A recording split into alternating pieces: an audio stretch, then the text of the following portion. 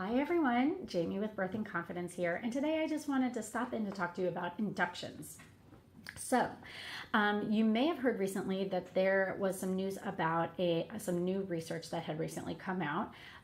The research was based on a medical trial called the ARRIVE trial, and what has been very interesting about this research is that it goes against a lot of what we've seen from previous research around what we would call scheduled inductions, or having your labor induced medically when you haven't gone into labor naturally.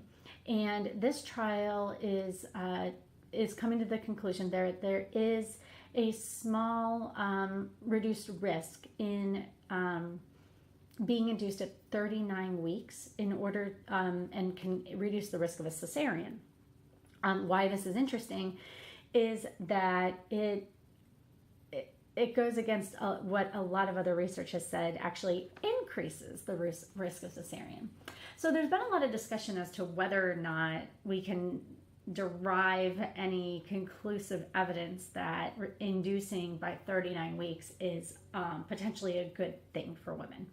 And there are some things that you should take into consideration when looking at this trial and making a decision for yourself. So I'm putting up an infographic that a birth rights group has created to kind of just give you an idea of some questions that you might want to think about as you're if you are considering having a scheduled induction based on the research that's come out about this trial. There are also other things that you may want to consider doing, and if the main goal is to reduce your risk of a cesarean, such as hiring a doula. That is probably one of the number one ways that you can reduce your risk of a cesarean. Also, having an out-of-hospital birth or choosing a midwife as your care provider. And of course, this is if you are low risk already, and so you are able to birth outside the hospital, and you don't require additional medical interventions in order to keep you or your baby healthy and safe. Also, they've found that laboring in water or birthing in water can actually help reduce the risk of cesareans as well.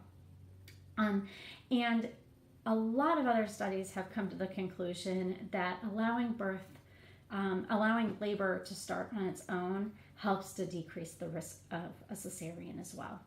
So we will have to see. What we need to do next is to see if any other researchers can replicate the results of the ARRIVE trial.